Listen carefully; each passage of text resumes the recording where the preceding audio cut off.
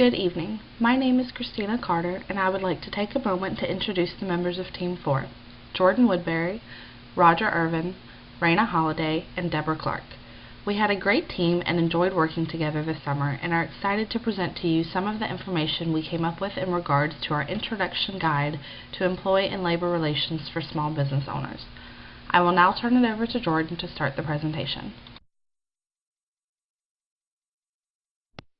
As a small business owner or a director of a nonprofit organization, you might assume that unions are not something that are going to impact you or your organization.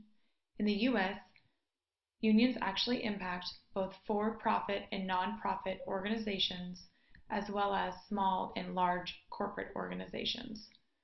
What that means for us is that it is in your best interest to educate yourself about unions.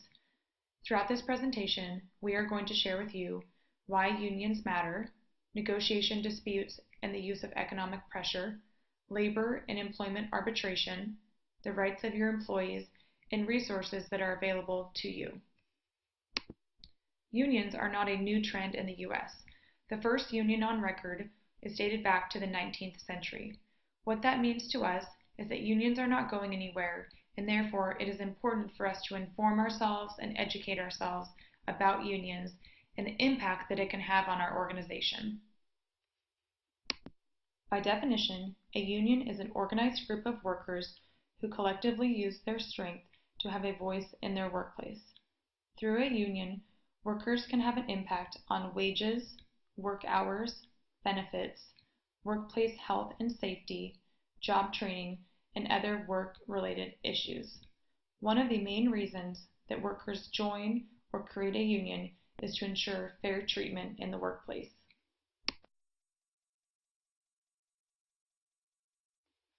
The Bureau of Labor Statistics, commonly referred to as BLS, shared that in 2013, union membership was at 14.5 million workers, roughly 11.3% of wage and salary workers in the U.S. Along with that information, BLS shared that public sector workers had a union membership rate more than 5 times higher than that of private sector workers. BLS also shared that men had a higher union membership rate than women, and New York State had the highest union membership rate compared to that of North Carolina that had the smallest union membership rate.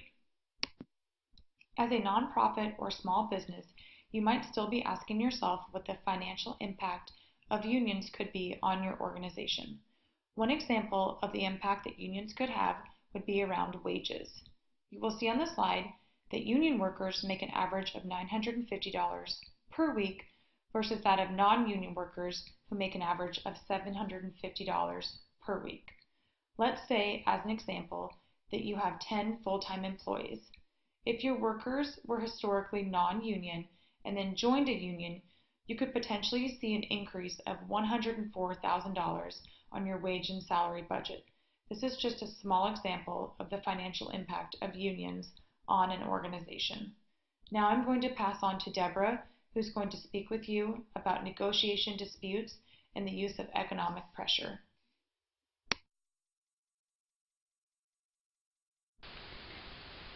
Collective bargaining consists of negotiations between an employer and a group of employees represented by a labor organization or union to determine the conditions and terms of employment.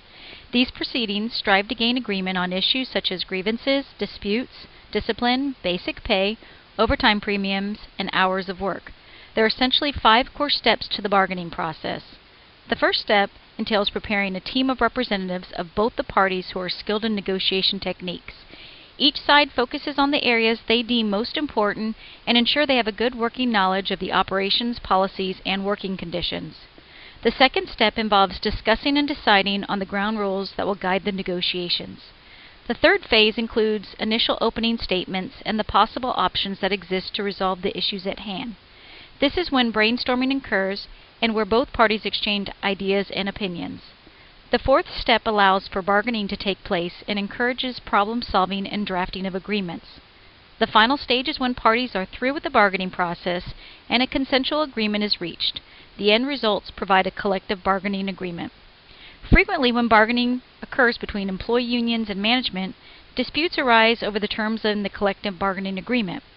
Labor disputes often revolve around disagreements about wages, bonus, allowances, conditions for work, working hours, and ill treatment by staff members. There are many well thought out planned strategies both unions and management utilize to force the other side to concession. Some typical union tactics include slowdowns, strikes, publicity campaigns, and boycotts. Management has similar leverage against unions as they employ the no work, no pay principle and lockouts. We are now going to hear from Deborah Clark on labor and employment arbitration.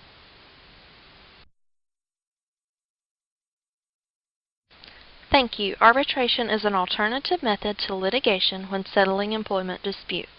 It is a binding agreement established between the employee and the employer that states that a third party, also known as the arbitrator, will hear from both sides concerning a dispute and make a final decision. It is available to all businesses that seek to avoid litigation and use another method of conflict resolution. The costs of arbitration are driven by the types of arbitration proceedings, the length of the process, and number of arbitrators involved. There are 3 commonly used resources for selecting arbitrators. These resources have different fees associated with their services. They include the Federal Mediation and Conciliation Service, the American Arbitration Association, and local and state agencies such as the North Carolina Department of Labor. Each agency requires a fee for requesting the arbitrator, a filing fee, and a fee paid directly to the arbitrator for their services. Contacting these agencies directly is the best method of obtaining a cost analysis. Employers are not required to pay for all arbitration costs. Fee splitting is a common practice and must be discussed in the initial agreement signed by the employer and employee. Fee splitting must be analyzed and determined on a case-by-case basis and should be addressed prior to the proceedings. An arbitration clause is a contract between the employer and the employees regarding their behavior in settling disputes. The main objective of the arbitration clause is to get both parties to agree to a particular course of action prior to a dispute arising.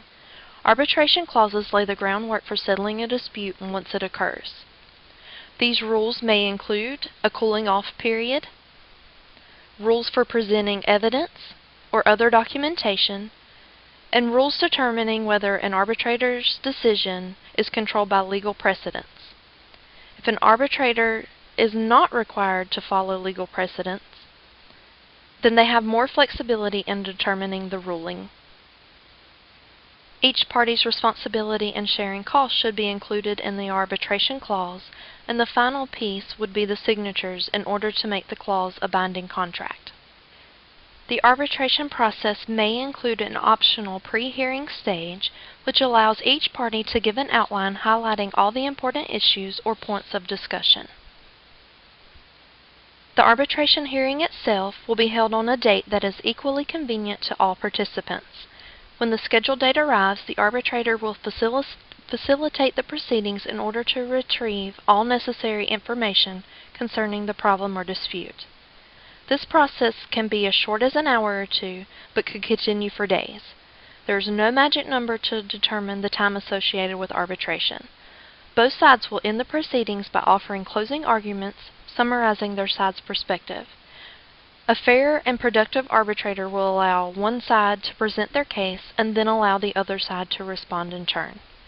Oftentimes, this will eliminate small issues that work themselves out throughout the proceedings, and the arbitrator will make a ruling or suggestion on the underlying and prominent problem at hand.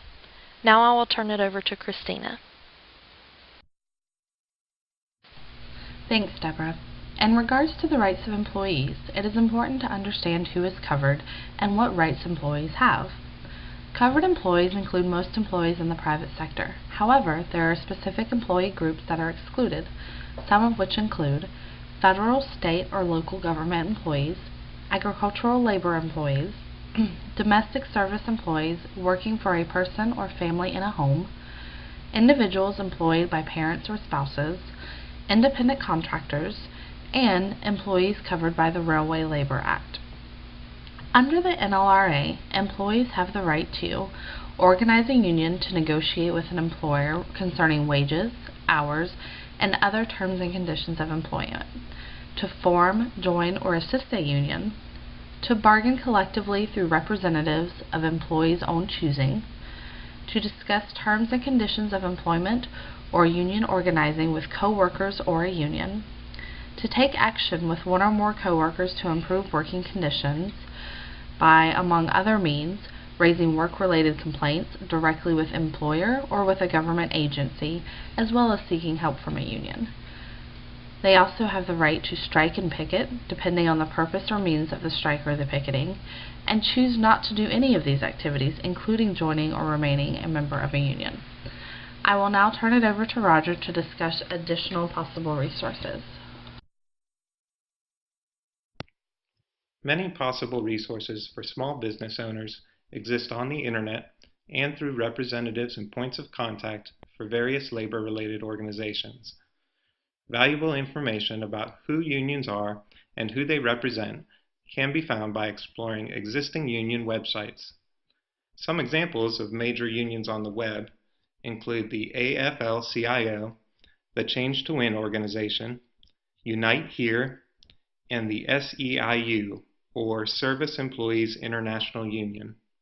These organizations provide a wealth of resources in understanding who they represent, what their mission and values are, and how to obtain more information about their organization and activities.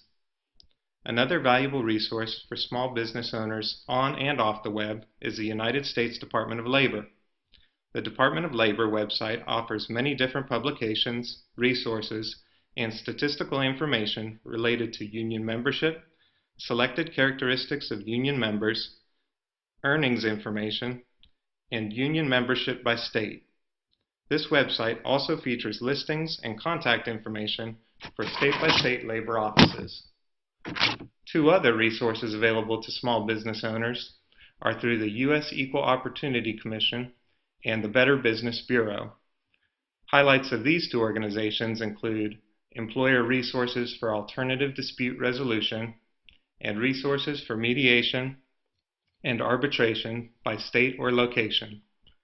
Finally, the National Labor Relations Board is a go-to resource for frequently asked questions about what the NLRB does, finding regional NLRB offices, and information about related agencies that can aid the small business owner in better understanding unions, employer and employee rights, and what additional resources and support exist for small business owners.